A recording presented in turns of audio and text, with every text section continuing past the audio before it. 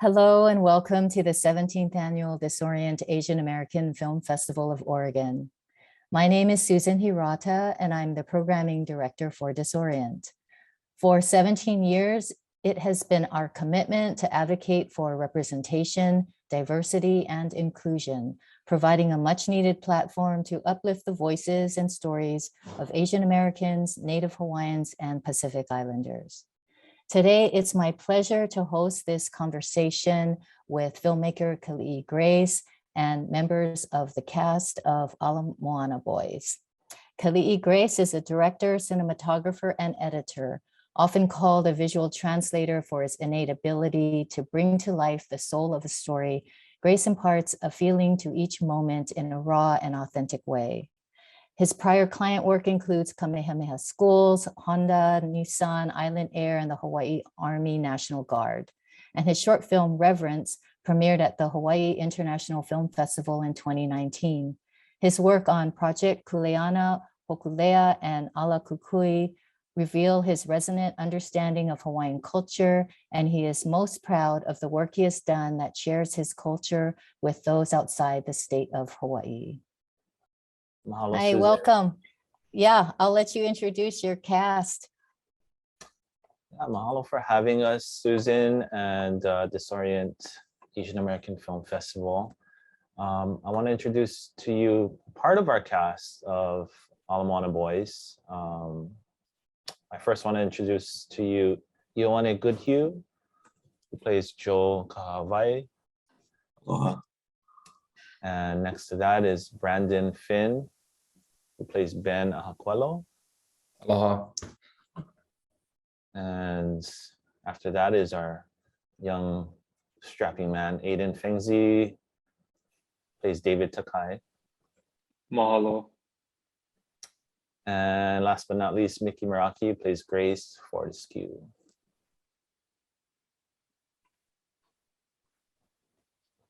Cool, so we can, Yeah. Go ahead. No, I'm just, I'm very excited to speak with you today, and I'm sad that all our cast couldn't be here, but I'm very happy to have who we have on board today. Yeah, great. It's great that we get to talk about this. So, Keli'i, the 1931 Thalia Massey case is one of the most notorious criminal incidents in the history of modern Hawaii. What compelled you to tell this story? And I think it's very powerful to tell it the way you told it from the perspective of the 5 young men. So can you talk about that, and maybe in general, just the importance of Hawaii telling their own stories? Sure. To be honest, I actually didn't know a lot about this this story going into it. It was when I started looking into the documentation of the story was when I realized how important it was to tell it from a perspective of somebody that is from here, and second is of this land, Native Hawaiian, because the person that got killed was someone like me. So just looking at the previous documentation books, documentary films, I felt that it was told to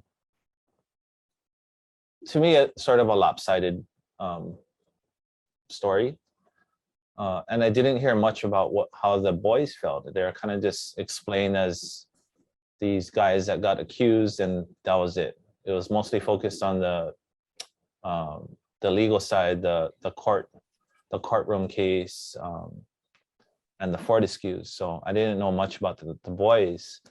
And when I looked into it more, I still couldn't find anything about them. Joel, yes, because he was the one killed, but all the other boys, I had no clue. So that's really what gave me the decision to do this film. And it was a hard decision. Well, it was an easy decision to want to create it, but it was really hard to actually like created. Like we can talk about that more later, but it was to get it off. Yeah, I'll be honest, I was very angry. I think like most people here when they hear about what happened. So it starts with anger, and then just trying to find a solution to how we can actually use the story to heal ourselves, and to talk about it more, because I was taught when I was younger not to talk about things. Like my parents and grandparents were very like, if there's that thing over there, you can't talk about it because that's, no one talks about that. So that's how I was raised. But because I was actually raised in a very Asian family. My mom's side is very Japanese, so very like, the kids are always in the kids side and the adults are on the adult side. There's a kids table and the adult the kids table. It's still kind of like that, but yeah, I was raised very strict in that way, so I wasn't encouraged to actually tell stories. But I understand that now, because if I had done that when I was younger, I would have did stuff that I probably would be regretting right now. So as I get older, I start to understand that there are certain stories that you can tell and you cannot tell, but it's also, you have to be in the right maturity level to be able to tell it. So I felt that at this time that I was ready to tell a story of this level. To me, it's a very high level because it's a true story. It's a tragedy. So it comes with a lot of responsibility, I believe. Yeah. What I think is really effective and powerful in your film, because it is told from the perspective of the 5 young men, is that the audience is able to feel the anger and the frustration and the what injustice felt like at that time, and actually still feels like today. So it's very powerful. That's what film does. It allows people to step into what it's like, for what it feels like for a character in such a situation. So I think that makes it such a powerful way that you've told this story, like you said, other than the ways that it has been told before. Yeah. Right, and I would say it's looking at it from a film perspective, it's very honest in a way where it doesn't leave the mind to think anything else. It's like what you see is what you get. So while I would say some film critics might look at it and be like, why'd you say it like that? Or why'd you give, everything like that? It's like, because there's nothing to hide. Really, we can't stop like hiding things. We have to show the true reality of what happened. And I did actually have to hide a lot of things, like, because, it's a film, and, we don't want to damage people even more with this story. But I tried to skillfully like build it to where it doesn't go over the edge. So I could have made it, I could have put more blood, I could have put more language, but I tried to balance it in a way where everyone could understand, but not put you in that deep hole. I tried to, that was kind of the difficult part, but I thought we did.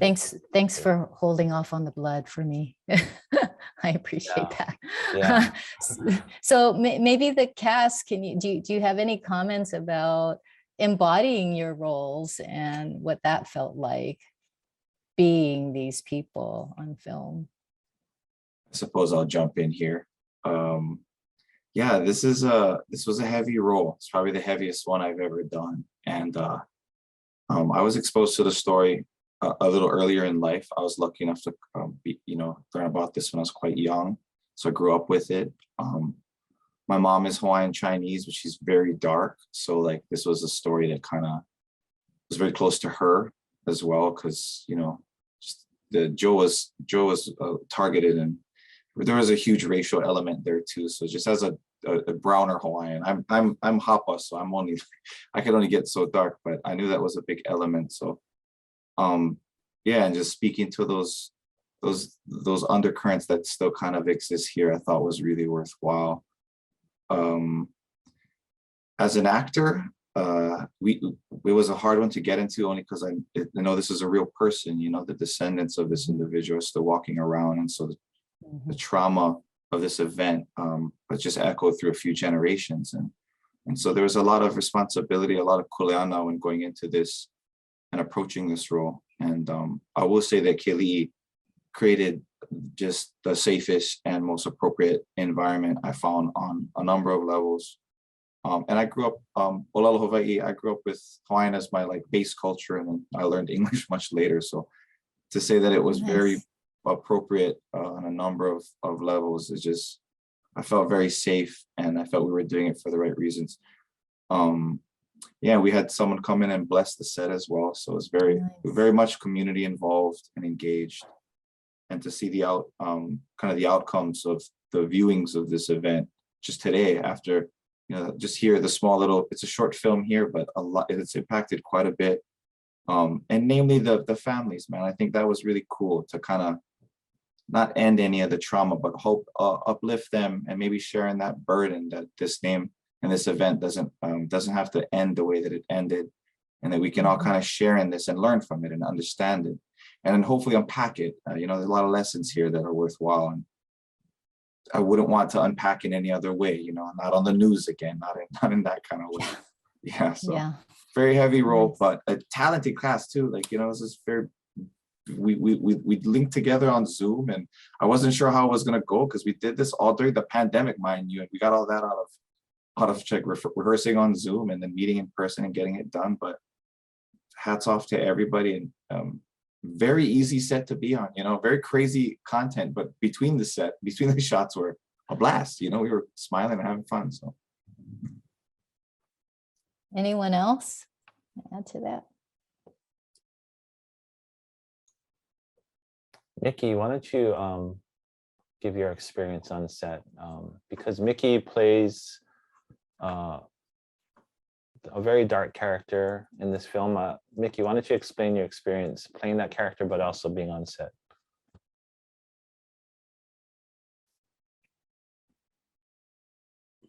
Aloha, everyone.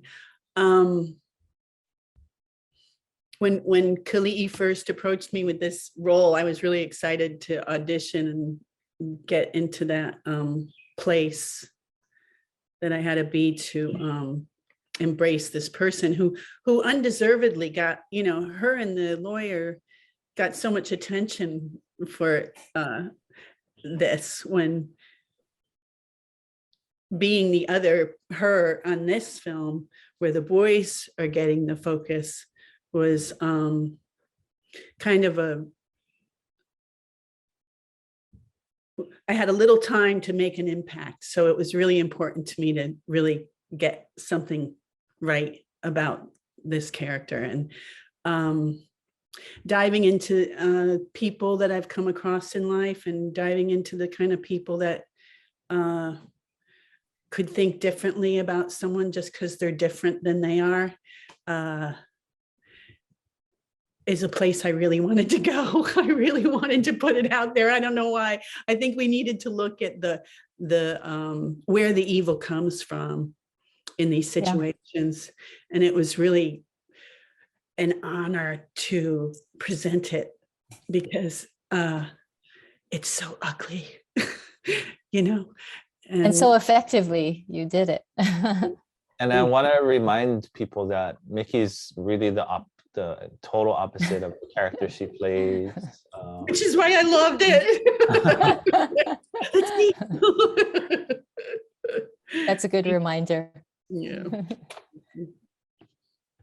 Yeah. Yeah. Maybe women are powerful. Women are powerful. Yes. And a lot use their power in the wrong way. Yes, very, exactly. very, very destructive. And yeah, to show that is just so important, you know. Yeah. And Yeah. Nice. Such a gift to be able Nice to. point. Yeah. So Ioane talked about this a little bit, about, well, you know, this is a period piece. You had the wardrobe, and you all shot this on a specific site. Can you all talk about the site where you shot this? what that added to the film and the story. Brandon, I see you unmuted. Go ahead, you can talk about that. The White Pahu plantation homes is pretty much where the boys predominantly had filmed the majority of their scenes together. Actually, all of the scenes pretty much at that historic place. And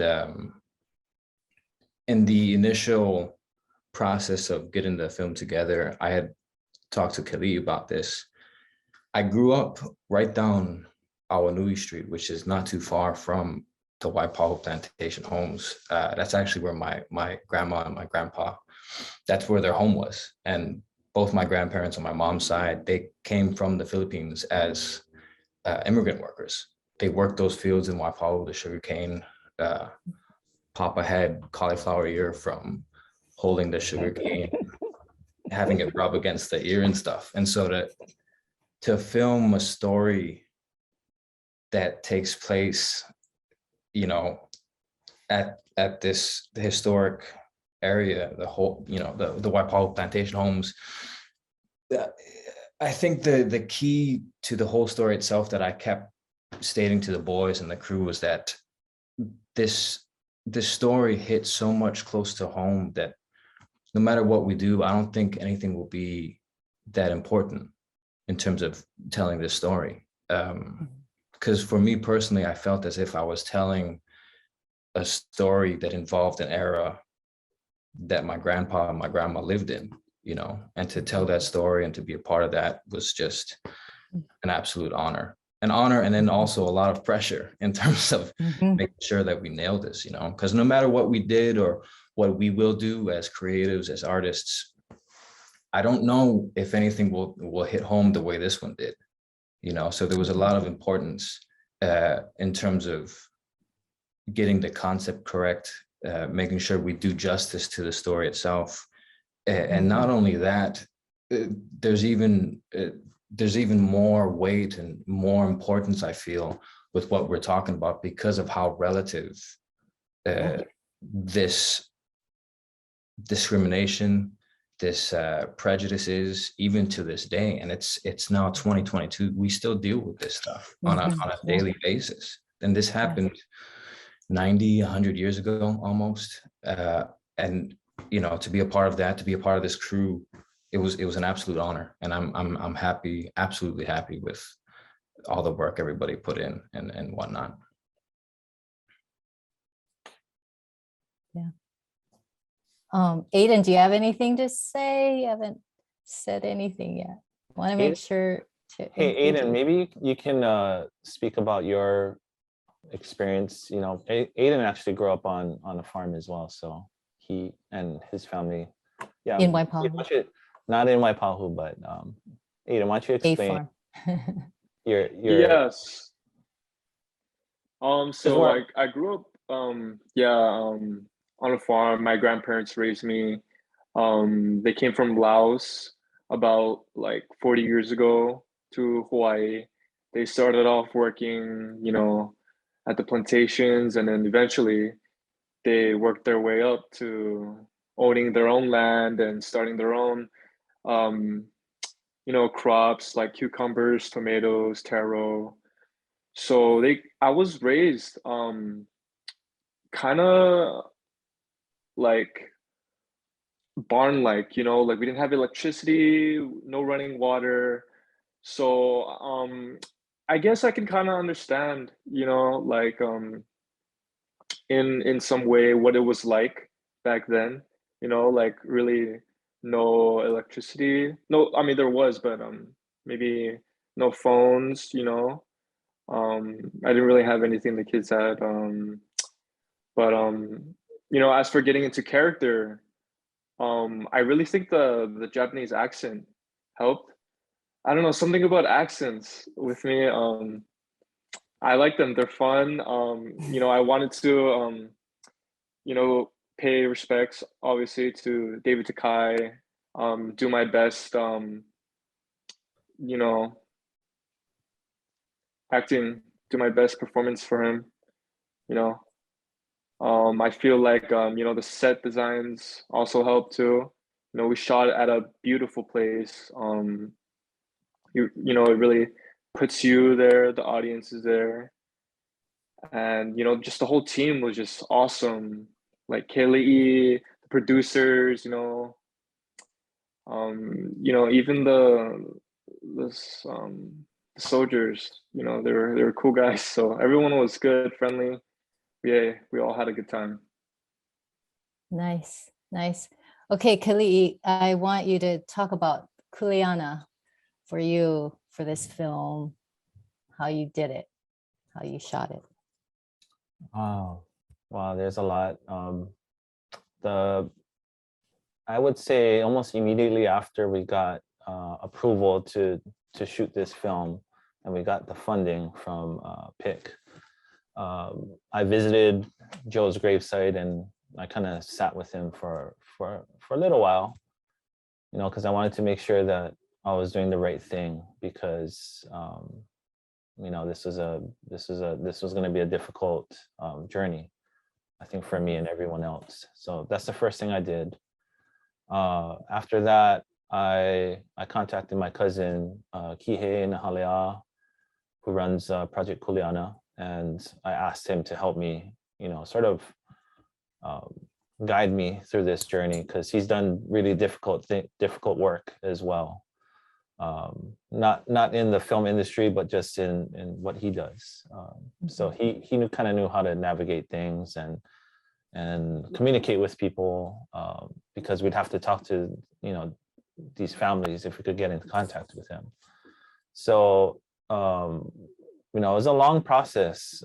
Just creating the actual film wasn't that hard or that long. It was the actual before the pre-production part, or getting the permissions, going through all the certain protocol.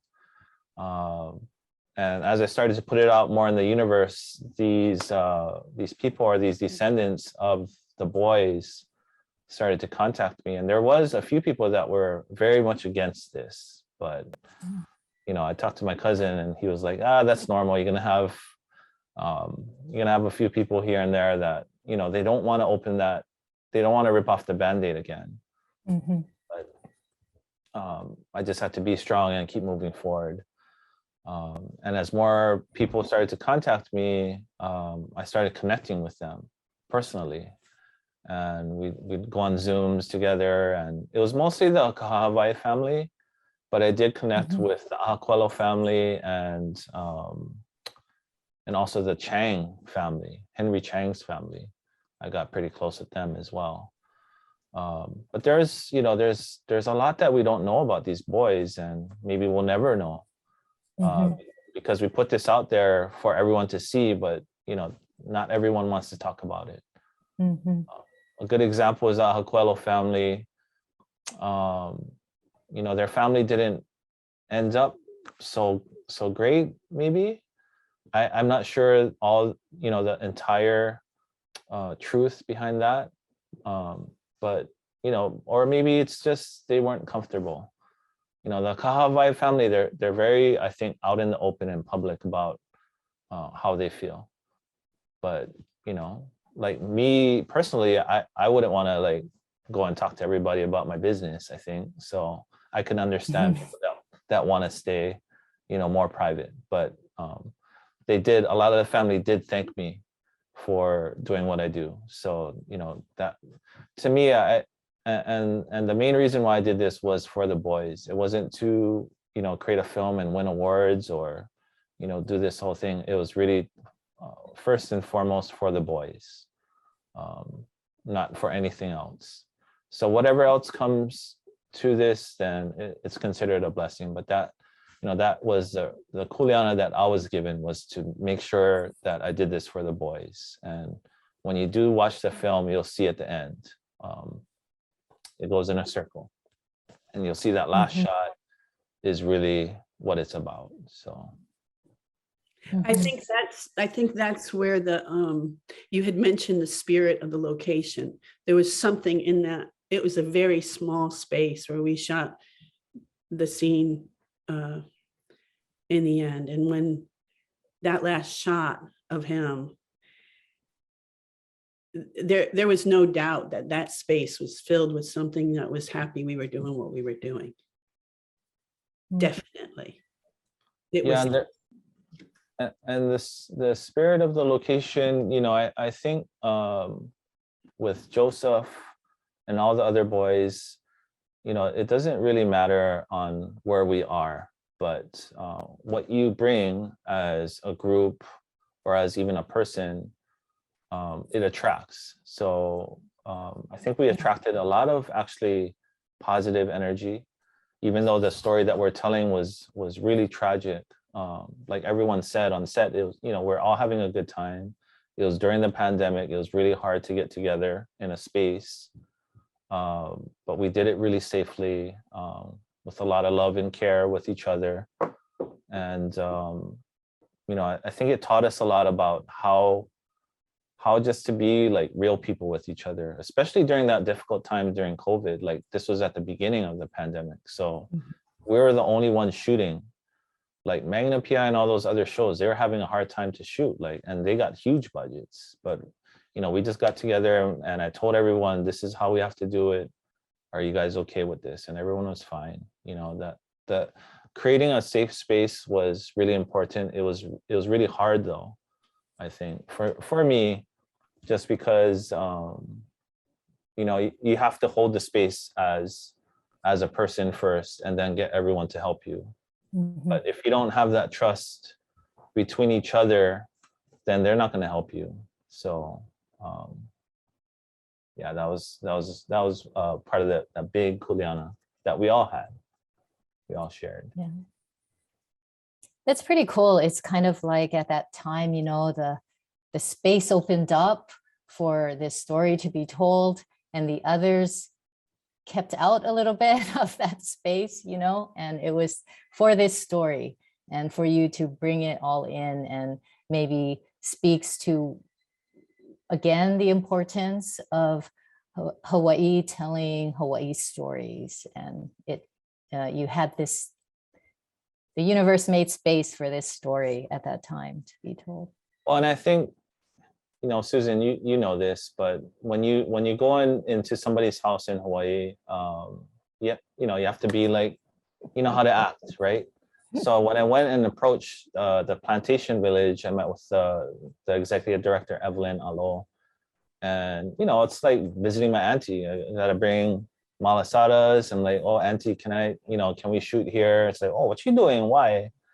And then she knew about the story. So she's like, okay, you know, like, I'll let you do whatever, pretty much. And whatever money you have, then, you know, that's what I'll take from you guys as the fee. So, you know, the way we approach things is very different in Hawaii. It's very local style. And I love it that way because it is like, that's how I was raised, to do it that way. There are like limitations, of course. You know, we have to go to the courthouse and we have to be very by the book. But then after, when they realized like what we were doing, they gave us the fees back. They're like, oh, I can't charge you for this. I'm like, Nice. okay. You know, it's when you get the trust and when they see what you're actually doing, you know, you're not trying to like make a bunch of money or whatever, then they'll start to trust you. Mm-hmm. And the crew, Mikki put, the crew, while we're a very small crew, everyone is really dedicated to creating this film. So without everyone involved, we couldn't have done it. Nice. Absolutely. And I bet she fed you back while you folks were filming. No, I told her not to. I'm like, you know what? We'll bring food, and we'll bring food for the uncle, like the groundskeepers. They're like, oh, what do they eat? And like, oh, that guy's grouchy. You know, you got to bring them Diet Pepsi. Like, okay. Oh, that's great. That's great. So yeah, very much like that. You know, you got to take care. Absolutely cool. So we're running out of time, unfortunately. I want to give everybody any last words you want to say, specifically maybe, you know, some of you spoke to it, how this film changed your life in some way. Yeah, anything. It's definitely changed my life. This is my first lead performance in a film, and And I just mahalo Keli'i and the production, the entire cast and crew for being a part of it. I feel very honored and humbled to, be the tip of the spear that's plunging through in this way. And I'm very, very tickled by the spaces we're occupying and where we're headed. I mean, we're cutting through the space and talking to you folks out there in Oregon. So definitely changed my life. I have an Instagram account now. I never had one before. This public optic thing is very, very new to me. I'm very appreciative of it. But I feel very supported, like it's very pono, I'm very, I've worked with a number of people over the past 2 years as I've plunged into this acting space, but without a doubt, Keli'i and this production is that on the top of that, on very, very close to the top, probably the top. As far as like coming to set and doing work, I would 10 out of 10 do this again, man. I'm waiting for the boss to give us a call. So if there's a production company out there, a finance, please, this guy is definitely worth his weight in gold. And he puts out the right kind of content for the right space. And we did it for Hawaii and all of Hawaii. This is very much a local story. Yeah. If I can just put it in for a second, this is very much the inception of the local identity itself, the most dominant identity in Hawaii that we all still abide by today. This is the first time local is ever used to describe this collective here. And it's not in a very good light, it's very disparaged. It's very, local deviants. We all were called, because, prior to that, Japanese were Japanese in the camp and Chinese and Hawaiian. But this event kind of codified us as local. And today we come out of that much stronger. And it's a beautiful thing. So I think out of that pain is where we are today. So very, very, very life-changing on a variety of levels for me personally. So mahalo to everybody. I just have nothing but gratitude. Mahalo. Nice. Okay. Anyone else? I think I speak for a lot of us as well, real quick. The impact that I've had on random occasions, people tell me, hey, loved all the Moana boys, man. I remember that story back in the day. I'm glad it's being told. So it's like going on what Ioane has mentioned, Keli'i as well. The impact is all that we could ask for. And in my own experience, I know we're making one. So thank you guys. Thank you. Nice. Yeah, my uncle, he saw the film and, he said back in his day, they were troublemakers and they were getting into some stuff and, they were all Moana boys too. Like they did some stuff, they got into some stuff. So a lot of people can relate, especially back in the day. And I just feel very grateful to, Keli'i and the whole team for making something so important for the boys. For sure. And I want to remind everyone that Aiden's back in the day is like late 90s because he's a young boy. So that's like I'm his uncle's age. So I'm back in the day. Yes, I was like one of the Moana boys too. Awesome. Okay. Well, thank you all again so much thank you all for this conversation and for the film and for so powerfully telling the stories of Hawaii. Thank you.